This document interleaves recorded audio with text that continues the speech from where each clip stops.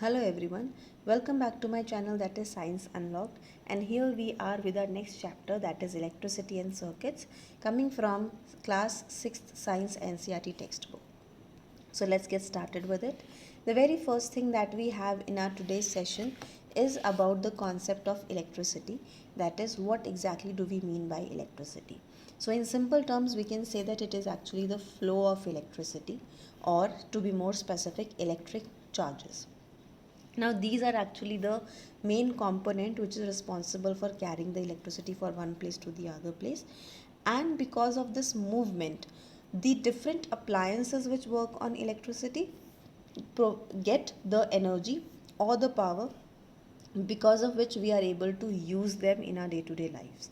So we can say this thing that it is actually the flow of electric charges which is making us capable of using these electrical appliances in our day-to-day life cycle. Now, when we talk about this phenomena that where exactly the electricity is produced, then in that case we will going to have the idea in terms of power stations. On the other hand, there are modern ways actually which are coming forward, that is in the form of batteries and windmills and generators and all such things which are helping us in fulfilling the requirement of the electricity. Next thing that we have, which is a very basic and a very important component of electricity, that is the electric cell. It is actually a device which will going to have different chemicals stored into it, which will going to help us with reference to running or using these smaller appliances on our day-to-day life. So again, it is a device only which is helping us in the flow of electricity or electric charges, but it will be only applicable in case of smaller appliances, not the bigger appliances. And how do we recognize the cells? It has a very particular structure with positive and negative terminals. In total there are two terminals, wherein the positive terminal will going to have a metallic cap onto it. On the other hand, the negative terminal will going to have a flat metal disc, means it will going to be a flat surface altogether. Now as I've told you this thing, that it is actually the chemical which are stored inside it which will going to undergo different set of reactions which will eventually produce energy and electrons, which will going to carry the charges all over the circuit or the appliance that we are talking about. Now whenever we talk about cell, we cannot ignore the fact that there is a modification of cell, that is a combination of two or more cells, which is called as a battery. Now this battery will going to be actually a modified version and will help us with reference to running of a little higher version of these smaller appliances in a proper manner. So the combination of two or more cells will always allow us with reference to smooth application of different set of appliances on which we are using these electric cells and batteries. Now over here you can actually see the metallic cap. This will going to be the positive terminal. On the other hand, the flat surface will going to be the negative terminal.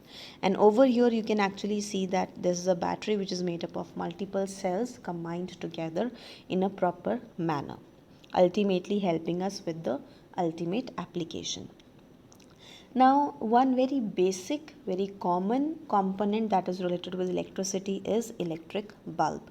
Now, this is one of the very initial appliances that we started working with reference to electricity. So, the structure itself is very, very basic, very important, and consists of few specific things. Like for the very first thing, the bulb itself is the appliance or the device which will going to help us with the availability of light or glow which is coming out of the bulb because of the passing of electricity through the terminals. Now over here we will going to find out that it has two types of wires, thicker wires on the sides and thinner wire on the top. The thicker wires on the side will actually going to help us with reference to the connection of the thinner wire with the terminals which are here in the cap region of the bulb. Now, why does this filament need this connection? Because this filament is the particular part which will going to glow on passing of electricity and eventually provide us the light that we are talking about. Now, what will happen in this category, that whenever this particular circuit will be completed, means this bulb will be connected with a continuous circuit and the circuit will be switched on, it will be turned on, the electricity will going to pass through it, which will generate the heat into the system or the circuit, which will help in the glowing of the filament. So that is how it eventually helps in the glowing of the bulb. That means filament plays a major role.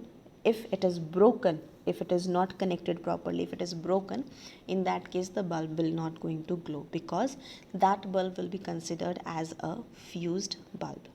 Now there is one important aspect that is there is that the terminals which are connected with the bulb should not touch each other.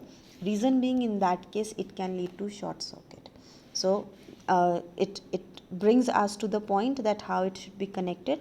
It should be connected with a very specific way out. That is, if we want the bulb to glow, then individual terminals of the cells should be connected with the individual terminals of the bulb.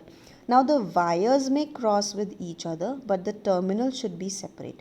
If they are connected all together, it can lead to either short circuit, or even the bulb will not going to glow at all, because the circuit over here is not completed yet. This brings us to the end of the video. So rest we will going to continue in the next video. So see you in the next session. Till then, take care and keep learning.